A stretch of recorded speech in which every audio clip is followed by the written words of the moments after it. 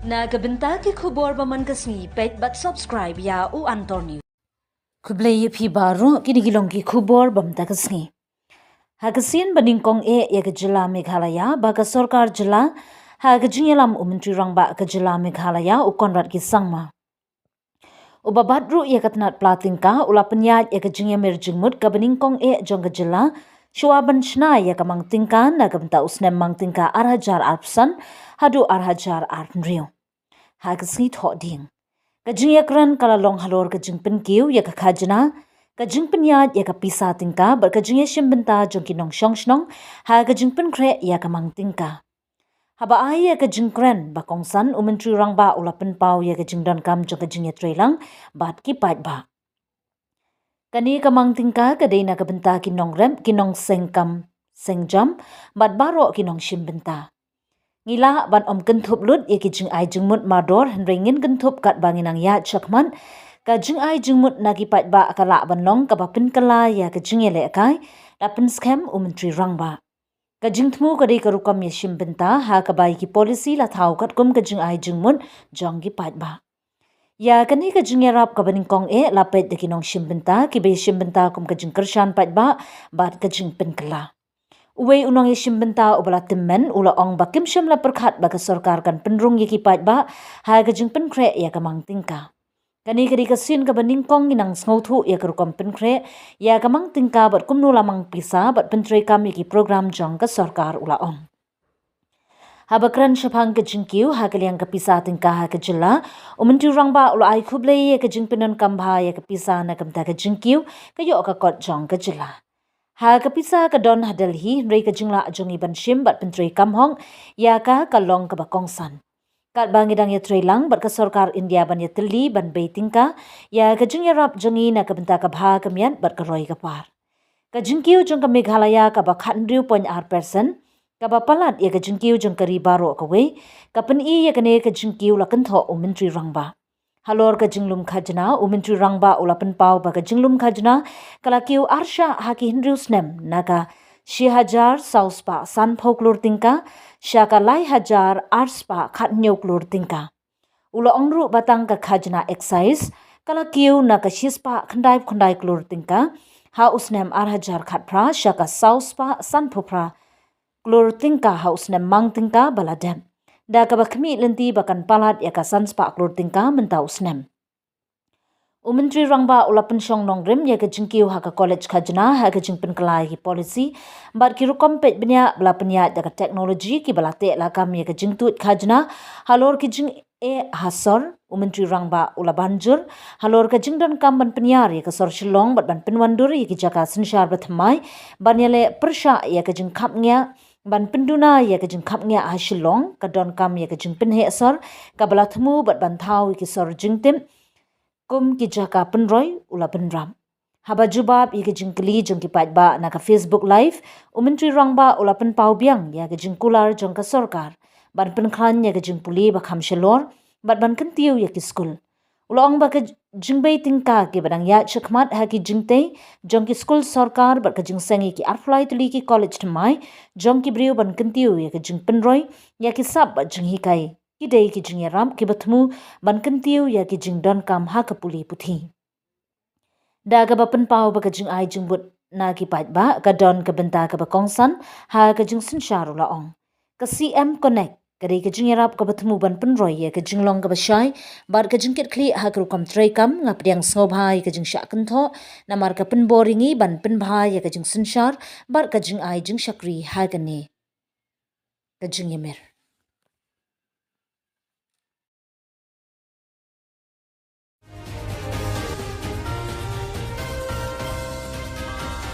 Chief Minister Conrad K. Sangma, who also holds the finance portfolio, chaired Meghalaya's first ever pre-budget consultation for the 2025-26 fiscal year on Wednesday. The session focused on transparency, public participation, and strategic investments in key sectors. The consultation featured a budget presentation by Dr. Vijay Kumar D, Commissioner and Secretary of the Finance Department. Following the presentation, the Chief Minister directly addressed stakeholder suggestions, reaffirming the government's commitment to fiscal discipline, infrastructure development and public welfare. Discussions during the session covered the state's growth trajectory, debt misconceptions, challenges in non-tax revenue, sectoral investments, capital expenditure, welfare programs, effective fund utilization, and more. As you're aware that the budget session is going to start next month, or this month towards the end, and we are also in the process of finalizing our numbers for different allocations to be made, different schemes to be implemented, and what more we could do. And in that whole process, we felt it most appropriate, which we will ensure that this is held every year, is the consultation with the public at large. This budget is for the people, and the people of the state, the youth, the different stakeholders, the farmers, entrepreneurs, and so on and so forth. And therefore, I strongly felt that it was most appropriate to at least give some space for our citizens to express their concerns and give their suggestions while we make the budget which is meant for the people. Having said that, I'm not saying that we can take everybody's suggestion on board. I'm neither saying that we will take everybody's suggestion and include it in the budget, but there could be some really wonderful suggestions that could come from the people that could be game changer. And therefore, without giving that opportunity to all of you, it would be really unfair for us to move forward in the way we do. And that is really what the purpose of today's program is. And we are here to listen to more to all of you. Again, I do apologize that we may not be able to take everybody's questions, but of course, you can give it to us in writing and hand it over to us. And even on Facebook, whoever is giving suggestions, we will be noting down all the suggestions that come on Facebook also. So you can always just comment. I will reply to some of them while we go ahead with this consultation. And so that's really what the purpose is. You have seen the trend for the last 4 to 5 years, and really the way things are moving forward, thanks to all the support from Government of India, and of course, very importantly, thanks to the work of the team. You see, the funds are available in Delhi, but it requires us to be having the capacity to absorb the funds and utilize the funds and present it again to Government of India to be then able to get more funds. And in the last many years, the government machinery has been able to do that. The capacity to absorb, to implement has gone up in Meghalaya. The same team, the same people, but we just done things in a much better manner. Of course, there's lots more to be done. I'm not saying that everything is perfect, but we are definitely on the right path. And we need to continue this momentum and growth. As you can see, 16.2% is the growth rate in the last, which is higher than the national average. And we expect this to further move forward. But as I said, while this growth story continues, I think the story is incomplete without the involvement of the citizens of our state. In the very first slide, which we wanted to show, is on the GSDP trajectory. If we look at the gross state domestic product, so Meghalaya's growth trend, which I think we have been harping in every meeting. This is the slide which we have shown in the previous presentation also. This is the slide which we have shown to the Finance Commission also. And the chairperson of the Finance Commission also appreciated the growth rate of Meghalaya. If we look at the growth trajectory over the last during the period 2015 to about 20, so our growth overall, the CAGR, was only about 8.4%. But I think post-COVID, so thanks to the growth of the Indian economy is also growing well. And also, more importantly, I think the specific steps that are taken by the state government under the leadership of our Honorable Chief Minister. So the growth rate numbers are very clear. The growth is about 16% if you take the CAGR. So as we move along, based on this very strong growth numbers, that is the reason why we have set out on this ambitious goal that Meghalaya will become a $10 billion economy by 2028, because the growth numbers are good, and these numbers are all MOFSP numbers, which is the Ministry of Statistics and Program Implementation of the Government of India. So, and if we look at the table below, we can also see overall, as I said, the country's growth rate is also good post-COVID, but Meghalaya is one of the few states in the country where the growth rate is even higher than the national numbers. So this is the first slide which I want to draw everybody's attention, which is, I think, the entire budgeting exercise, our entire aspirations for the future, everything relies on the growth of the state, and those numbers look very good. Next. So the growth, Meghalaya's growth, as we all know, because growth is the function of public investment, of private investments, private capital, savings. So one of the most important thing that is fueling Meghalaya's growth is the government expenditure. So if we just look at the government's, the size of the government's budget and the expenditure numbers over the last, again, we took a longish trend over a 10-year period. So if we look from 2014-15, so the size of the expenditure is typically what the size of the budget is. So the expenditure 10 years ago government expenditure was only 7,600 crores. Last year, which is year 23-24, our expenditure was 21,800, which is close to 22,000 crores. So which means it increased 3 times. So in a 10-year period, the government's expenditure increased 3 times. So that is the kind of growth we have seen, and it is this growth.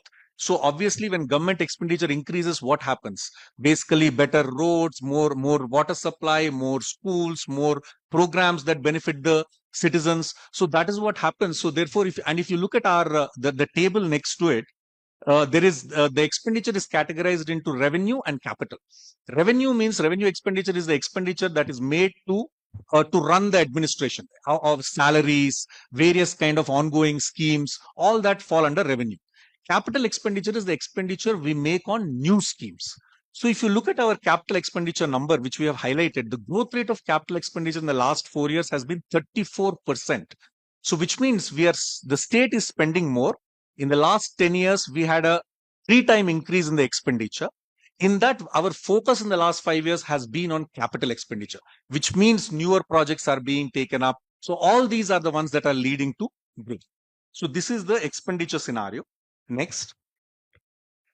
If we look at the expenditure breakup by state and central, again, so both on the state front and the central front we are doing. But one thing in the state front, if we see, our growth rate has been 15%, which means this whole expenditure, while central has been growing, it is state expenditure which is driving this, which means that it is not just the centrally sponsored schemes, but it is the state schemes. State government now has more money to take up various programs. And as you can see, there's a 15% growth in the period 2021 to 24 in the state expenditure. Next, please.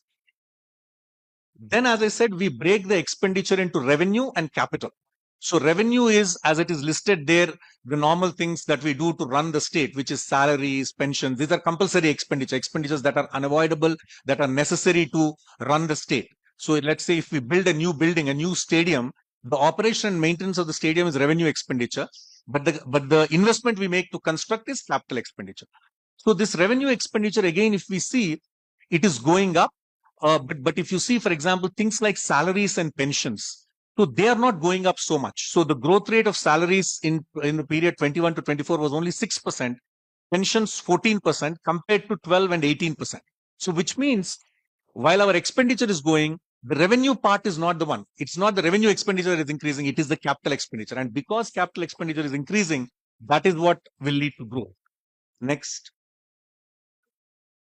So this is the revenue receipts. This is again very interesting because this shows where is this money coming from. Because till now I have shown what is the expenditure, how much we are spending. So where does our money come from? If we see our money coming from, I'll request to focus on the table.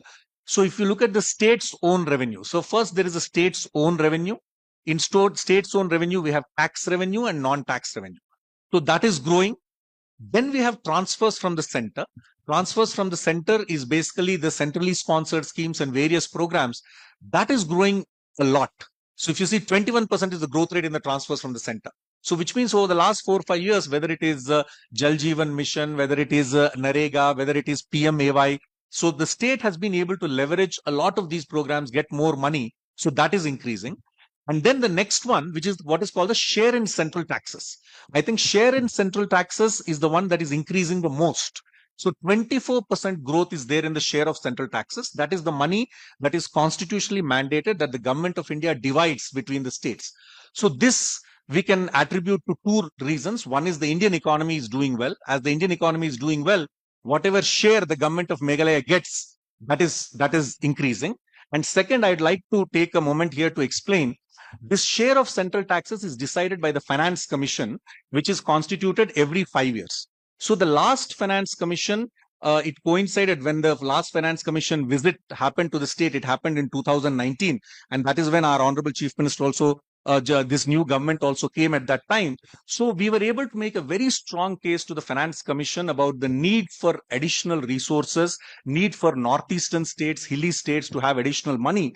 So the Finance Commission agreed with the case that was made. In fact, our Honorable Chief Minister led the case for all the hill states and the northeastern states. We had a big conference in Uttarakhand.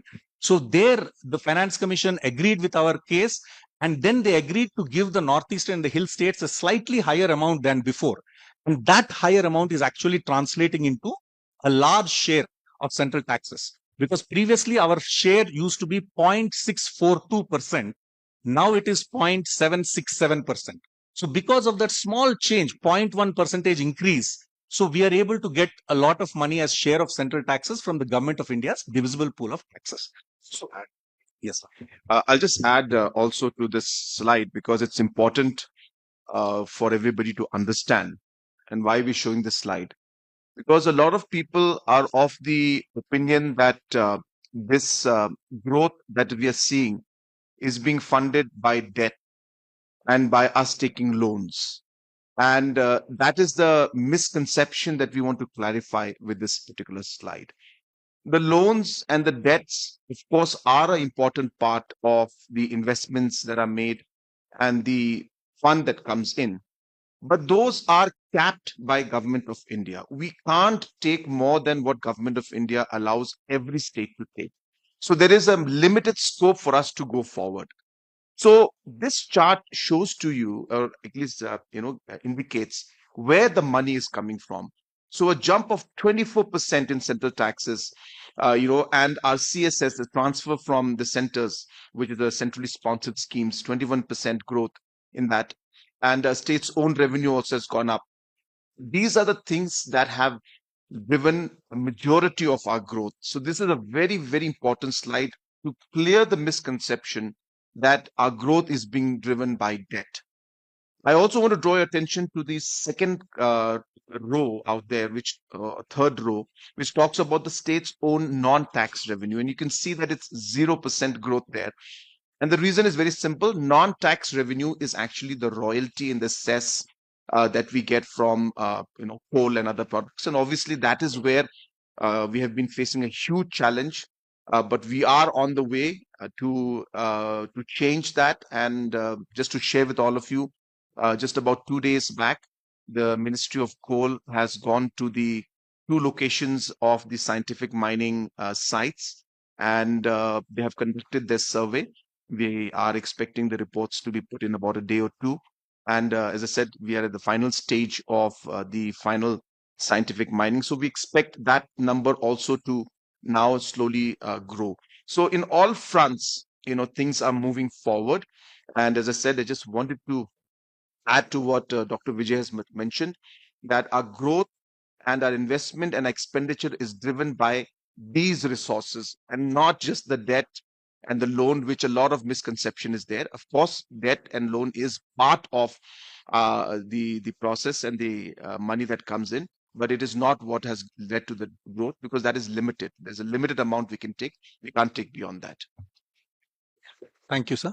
And also, I'd also like to clarify on sometimes questions are raised that we are dependent on Government of India. This share of central taxes that we get is not a dependency. It is a right.